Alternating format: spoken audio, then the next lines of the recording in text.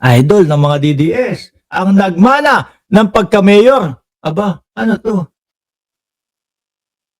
Si Baste, si Baby Boy, Baste, Duterte. Oh, si Jing Xuan, yung, yung kupal na ambassador ng China kasama yung isa ding kupal ng Davao. Ano ba tong mga pinaggagawa ninyo? No? Mga DDS, kayo, yung totoo, ilan sa inyo yung makabayan talaga? Ngayon, ano masasabi ninyo dito sa mga nakikita ninyong mga ito? No? Ano ang masasabi nyo sa mga hakbang na mga ginagawa nitong mga ito? Yung isang beses, si Vice Presidente, kasama din tong isang ambassador ng China. Doon naman sa, kung di ako nagkakamali, merong isang aktibidad doon sa eskwelahan, nakasama din ito. Ano, proud kayo, mga DDS, na dito sa mga ginagawa nitong mga ito? Sabi ni Sir Archie Beroya, okay lang naman yun, naiisip ni Binoy. Pagbigyan natin trip niya, i-push natin na mag-isa. Na mag-isa, di ba? Batalyon, tinutumba niya sa pelikula. Kumbaga ho, magsa-ala pelikula na lang po ang Pilipinas. Ganun po ba, mga kababayan? Diyos ko, Lord, nakakatakot yung mga kilos at mga galaw ho nito, no? Ang nakikita ko, kapag ka ang pamilya nito nakabalik, mga boss chief Amoser, magtatago na si Mark Ramos. Hindi! Yan naman ho lagi yung pinang sasanggalang ho ng mga DDS, di ba? Magtago ka na! Nandiyan na mga Duterte! Panalo na yan! Sabi ko, ano ibig niyong sabihin? Na pag nakabalik sila, kailangan na namin magtago. Papatayin kami? So para lang talagang ibig sabihin yan, talagang ganun yung pamilya nila. Di ba? Sabi ni Ma'am Neng Gigi, nanadya yang si Baste. Kapal ng mukha lang talaga siyang tanga, kiss us sa China. Kasama din ni Marcoleta, si China, People's Republic of Davao Province of China. Sila na lang ho kung sakaling gusto nila. At tapos, yung mga taga Davao na ayaw naman doon sa nakikita, ay magdali-dali na po kayo lumipat ng Luzon. Para kung sakali ho, o Luzon o Bisaya, para kung sakali ho, na kung isama na nila ang Davao sa China, ligtas ho kayo. Sino ba naman ang gugustuhin na sumailalim ho sa bansang komunista? Kung maalala nyo po, yung Taiwan, pinagpipilitan nila na hindi sila kasama, na hindi sila pasok doon sa sa China. Tapos tayo, mga boss chief Amoser, Taiwan pa ho yun, ha?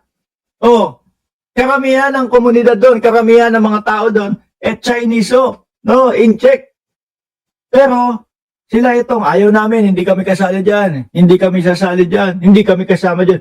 Tapos, itong mga DDS at kampo ng mga Duterte, halos gusto, pasok na tayo doon.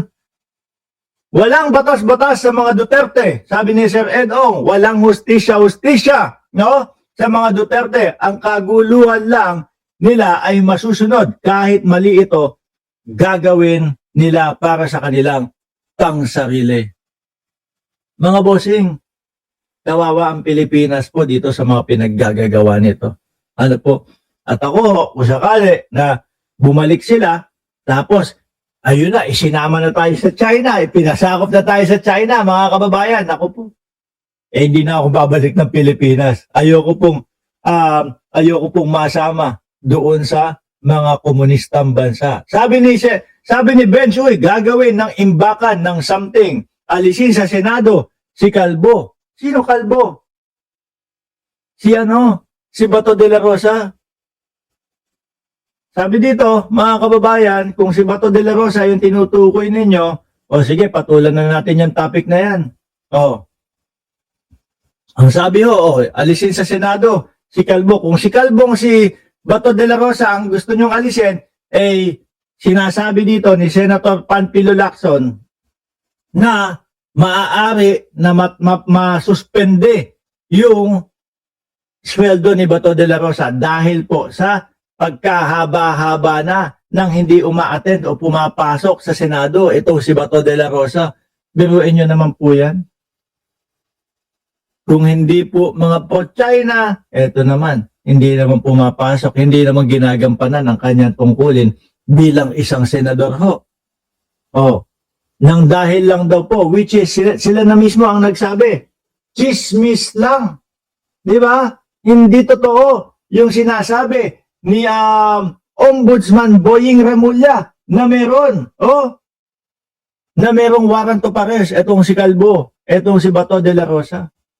Dapat to mga kababayan, pumapasok na ito, bumalik na ito sa Senado. Nakabalik na ba? Wala pa din. Wala pa din, ano? Makapal lang mukha ho, mga bossing. Hindi din ho natin talaga sila masisisi sa kadahilanan ho, mga kababayan, na kinakabahan din po yan talaga. Na kapag ka siya ay pumasok, biglang balik siya sa Senado, eh baka yung umagang nalaman ng PNP, CIDG, yung pagpasok niya, eh baka pong biglang magpa-formation ng mga kapulisan.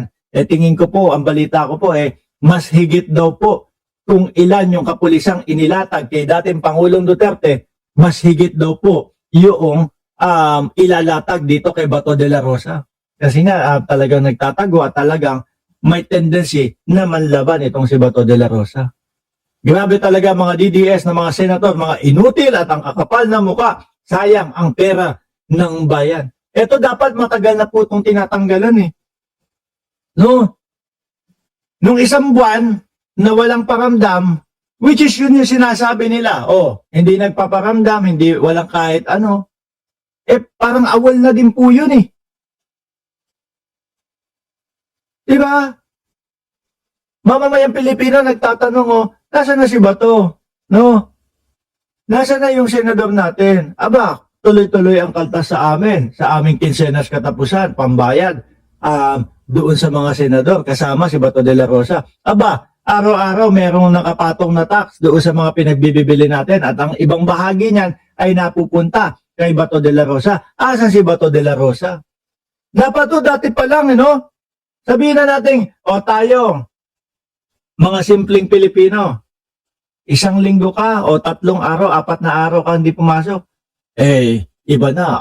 Ang ingay na ng usapang ganyan, di ba? Doon sa ninyo, sa mga pinagtatrabahuhan ninyo. Eto pa kaya, ilang buwan na ho, mga bayan, mga bossing.